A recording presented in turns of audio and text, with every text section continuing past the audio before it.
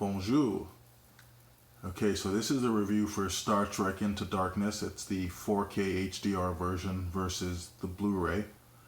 Again, I've turned off the upscaler to the Blu-ray version just so you can get an idea of the differences between 1080p versus watching something in 4K with a native 4K signal.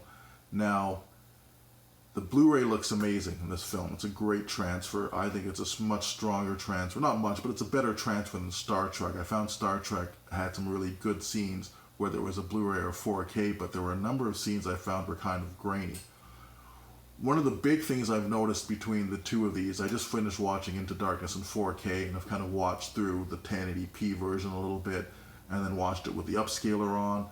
It looks amazing with the upscaler on. It does look great. So if you have a 4K set without HDR, is it worth the extra purchase? I would say it depends on the size of the television set, because the one thing that really stood out to me with this film was the further, I'm sitting about 7 feet away from a 65-inch television. With the Blu-ray version, I can almost see the pixel structure.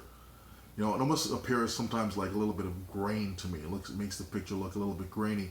But when I watch the 4K version of most of the 4K discs I've picked up, this one and the original Star Trek as well, that's gone. I mean, because obviously there's such fine, the pixels are so small because it's twice the resolution, it just looks like a pure, clean picture. Color's a little bit more vibrant, I found, in the 4K version, and there's more detail, and it's obviously a little bit brighter just because of the way the televisions work with the amount of nits. But all of them are good. Blu-ray to 4K, when I make the extra investment, I'm hardcore sort of in technology and stuff like that, so I probably would. I think it's a great looking film, but again, you can't go wrong with a Blu-ray, especially if it's being upscaled. But the amount of detail that seems to be added is just breathtaking. It's eye candy. This isn't quite The Revenant, but it's very, very good. So I'm just going to show you the Blu-ray version first, and you can see what you think for yourself. Spock were here and I were there. What would he do? He'd let you die.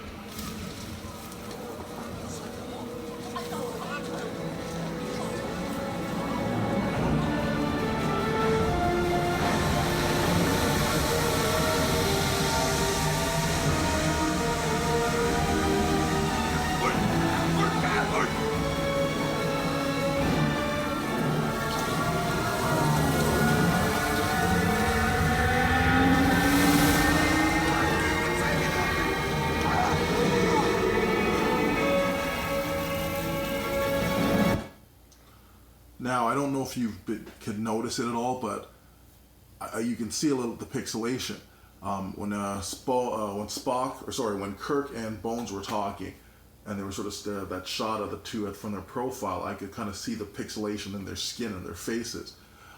So one of the huge benefits, obviously, of this technology is, again, the larger the television set you have, you want to be able to get rid of that, because pixels on a bigger set are going to be more visible. So 4K is great for kind of getting rid of all of that and making it look smooth. 65, it's noticeable. So I'm guessing a 55 would be a little bit less, but still, it is noticeable to me at this size. So we're just going to jump to the 4K version quickly and give you a look at that, and then we'll sort of wrap this all up.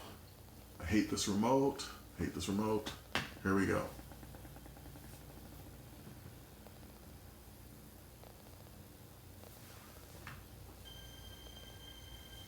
He'd let you die. I do love how they jump to this IMAX.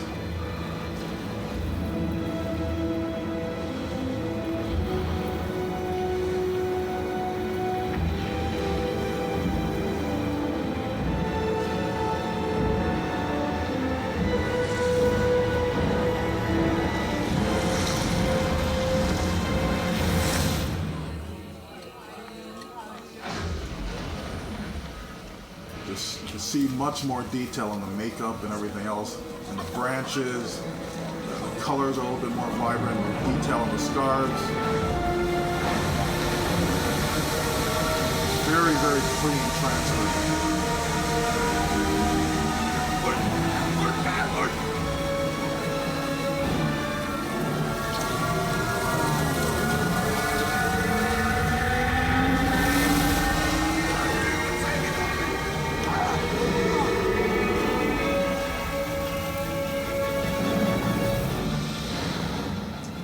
Anyway, I hope this helps anybody who's considering. Great film. 5 picture quality. Close to maybe almost 5. It's not quite relevant, but it's good. Sound is amazing. The movie itself, I'd say it's a 4, 4.5. I preferred the first film, but I would definitely recommend picking this up if you're a big fan of the franchise, even if you have the Blu-ray and you have a 4K set. Anyway, have a great day, and next up will be Independence Day. And then, Mr. Tip, I'm going to get Ghostbusters. That looks pretty amazing. Have a great day, guys. Bye.